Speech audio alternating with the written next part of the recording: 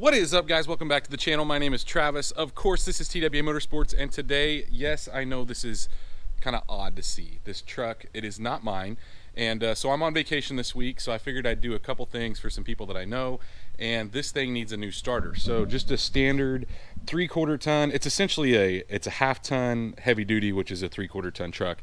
6-liter engine, and guys, believe me, it's messy, but I told them I would change the starter for him. Randomly, it won't start, and the starter is down here on the bottom, relatively easy to get to. So today we are going to show you how to put a starter on one of these trucks. It's very simple. It doesn't require a lot of tools, but I'm gonna go grab a couple things that I need, which is a 13mm ratchet, a 8mm, and that should be a majority of what we need. But the very first thing we need to do is, obviously, anytime you're working with any electronics, so starter, alternator, basically anything that's electronic related, guys, we need to unplug the battery. So I am going to do that first. I'm just going to grab the negative side off, and it looks like it's been taken off 1,000 times. It should be an 8mm. Chances are, from the looks of it, it's going to require a pair of vice grips. So anyway, I'm gonna go grab some tools and we will get started. So we're gonna try the 8mm. Yeah, it's completely rounded off. That's what I thought. So I'm gonna go grab a pair of vice grips now, and we'll get this out. So as you can see, I have the vice grips on here now, and that's how we're gonna have to turn it, it looks like. Sometimes if you don't have the right tool, you should just stop and get the right tool. So I'm not replacing this. You guys could replace this if you wanted, but now that we've got that unhooked and no power to the truck, we're gonna crawl underneath, and I'm gonna show you exactly what you need to remove. Now, one cool thing, guys, about working on a non-lowered truck is you can get under them without any issues. But we have two 13mm, so there's one here and there's one on the other side. Now, I like to use a 13 with a pretty long extension on it to get both of those loose. Once we get those out, then the starter will be loose, and we'll talk about what we have to unhook on the back side. Now, unfortunately, guys, I don't have anything to hold the camera down here. The other thing is, in order to get it out, I like to take this out. This is your oil level plug. It tells you if you're low on oil, and you just use a pick on the front side of that to loosen that up, and you can pull it out of the way. So now that we have the two bolts out, two 13mm, and they're pretty long, and I did unplug this, guys. So what you have to do is, there's a channel on the front side of this plastic plug. You can reach in there at the hook and undo this clip here. It's not really a clip, it's just a plastic keeper. You need to pull that back, and then you can pull that out of the way. But now we can come back with the starter, and we just need to come straight back, and we have access to the rest of what we need to take off, which I think I want it on the inside of these transmission lines here, so I can show you guys exactly what we need to do. So there is a 13mm that holds the line that goes to the alternator or your battery, and then there's an 8mm, which is your trigger wire right here, and that guy is an 8mm. So obviously we need to take both those off. Once we get both of those off, and I don't have a way to get you guys access to see the top, I'll show you guys once it's off, but get these two off and it will be loose, and we'll be able to pull the old starter out of the way. And you can see, look at the Bendix. It's completely shot. Now that we have it out of the car, let's show you these two pieces. So there's a 13 that goes here, and the very important thing, guys, is these can't touch. Obviously, this is a little 8mm that goes here.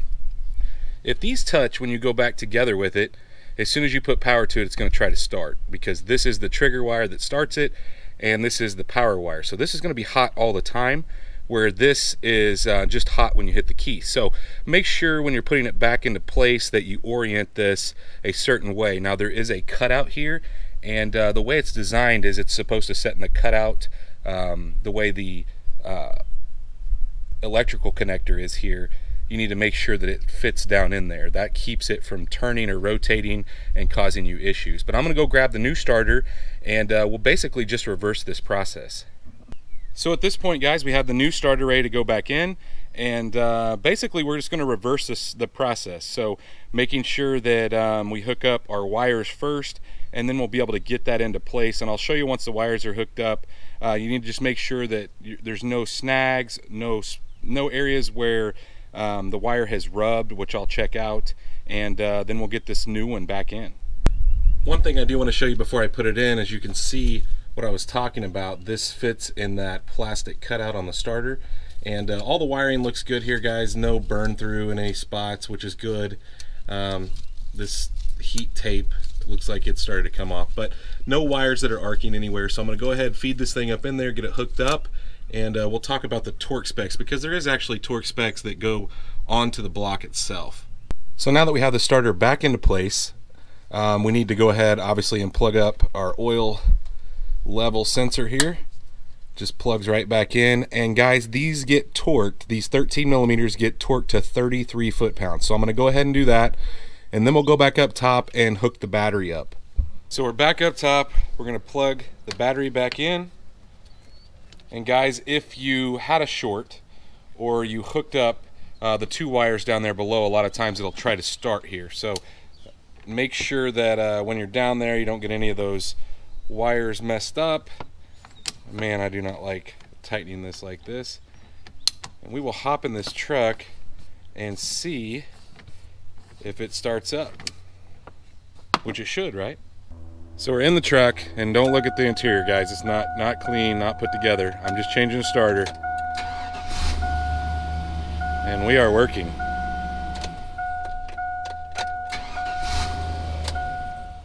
So all finished up, guys. Not real hard job, to be honest with you. I did lift this a little bit just to get the front off the ground a little bit more, so I had more clearance in there.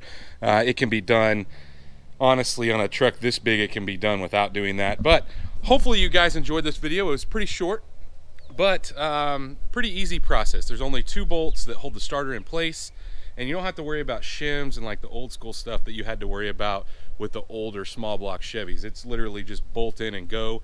2 13 millimeter bolts, like I said. They're equal length on the trucks. Now on the cars, so like on my Trans Am, they are different lengths. So you'll have one short and one long. So just know if you pull them out and that's what's going on, make sure they go back in the same place. But guys, other than that, just that 13 millimeter to hold the power wire on and the 8 millimeter to hold the other one, and relatively simple, or at least so it seems.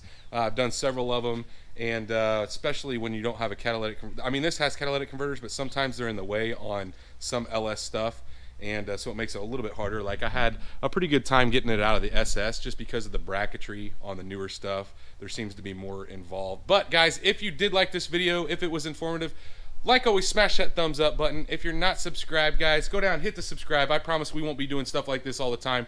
Like I said, it's just helping some people out that I know on my vacation. So I really don't get a vacation when I go on vacation because I'm constantly working on cars. But let's, I guess that's it for today, guys. Stay tuned to see what we work on, buy, build next.